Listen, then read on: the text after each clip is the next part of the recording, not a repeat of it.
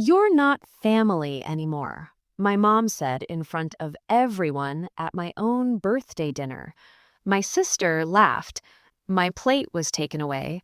Then the lawyer cleared his throat. "My name is Emily Harper, and I'm 35 years old. I work as a graphic designer, mostly freelancing from my apartment, creating logos and branding for small businesses that need a voice. I've always been the quiet one in my family, the one who shows up early, helps set things up, and cleans up afterward without being asked. My sister was the one they always praised, the one who got the attention, the family pride, the spotlight in every conversation. My mom built most family events around her achievements, her milestones, her life.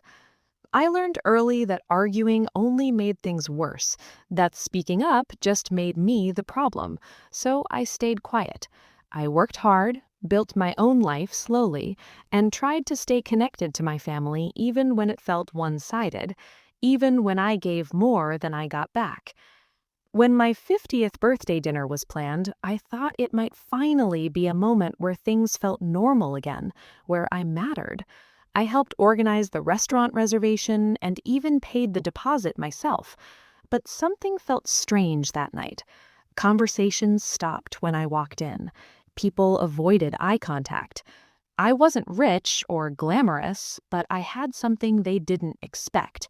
My grandfather trusted me with something before he passed away. If you've ever felt like the outsider in your own family, you probably understand this feeling. Subscribe and tell me your story in the comments. Have you ever been pushed aside by the people who should support you? Click hype or like if you've been underestimated. Let's continue. I arrived at the restaurant where my birthday dinner was happening, wearing the dress I'd bought specifically for the occasion, feeling nervous but hopeful. Family members sat around the table, already eating, plates full, glasses raised. My mother immediately stood up and said loudly, her voice cutting through the noise, "You shouldn't be here." I thought it was a misunderstanding, maybe a joke I didn't get. I reminded them it was my birthday dinner and I'd helped plan it, that I'd paid for part of it. My sister smirked and said clearly, "This dinner isn't for you anymore."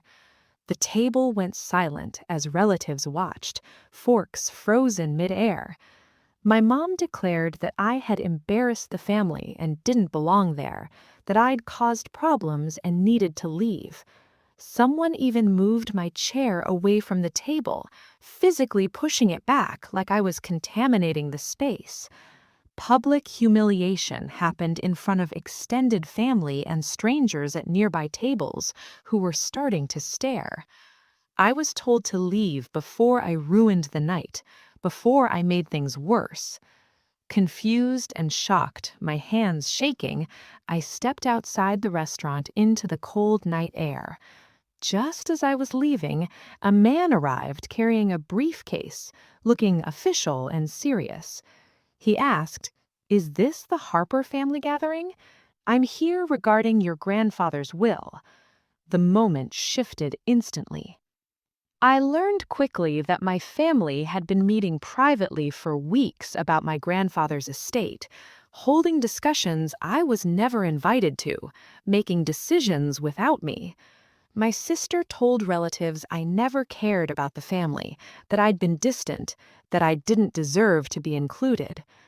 At a family gathering days later, my mom publicly said I only came back for money, that my sudden interest in family was suspicious and selfish.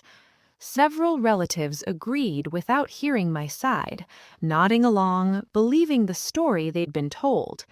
Then I received documents in the mail asking me to sign away any inheritance claim, paperwork that claimed I'd already agreed verbally to give up everything.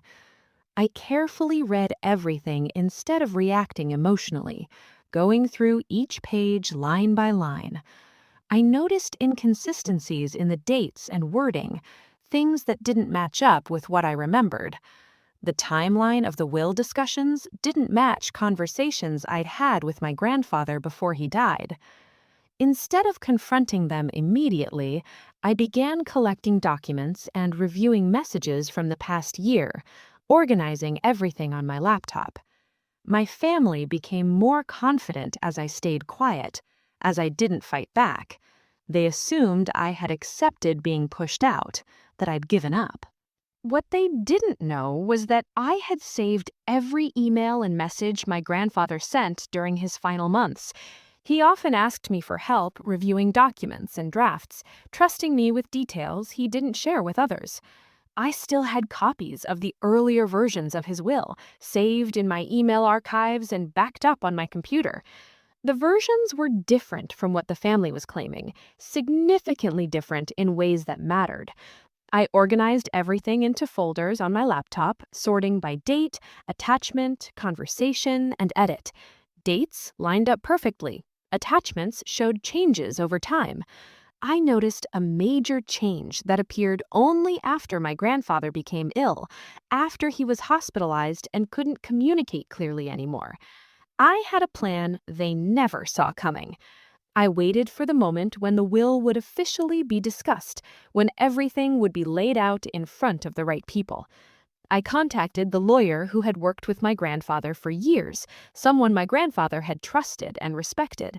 He hadn't been invited to the family's earlier meetings, which immediately raised his concerns. When I showed him the old documents I'd saved, he immediately noticed inconsistencies between what I had and what the family was presenting. The lawyer confirmed the version I had might be the original will, the one my grandfather actually intended. Meanwhile, my family became arrogant, confident they'd won. My sister began talking about selling inherited property, making plans, discussing what she'd do with the money. My mom told relatives the estate was already decided, that everything was settled. A formal will reading was scheduled at the lawyer's office, an official meeting where everything would be finalized. Everyone assumed I would attend only to watch them win, to see them take everything. I said nothing and agreed to come, keeping my expression neutral. The entire family gathered around the conference table in the lawyer's office. The room smelled like leather and old paper, formal and cold. My mother sat confidently beside my sister, both of them relaxed, smiling even. My sister announced that the inheritance had already been decided, that this was just a formality. The lawyer began reviewing the will document they'd provided, reading sections aloud in his calm, professional voice. I calmly said, my voice steady, "Before we continue, I think we should look at something." I placed printed emails and earlier documents on the table, spreading them out so everyone could see. The lawyer compared the documents carefully, his expression shifting as he read. The earlier will version clearly included me, listing me by name with specific allocations. The later version submitted by my family showed changes made months later, after my grandfather was hospitalized. The lawyer pointed out that the changes lacked proper signatures and witnesses, that the alterations didn't follow legal procedure. The room became silent, the air thick with tension. My sister tried to dismiss it immediately. "Those emails don't prove anything. She could have faked them."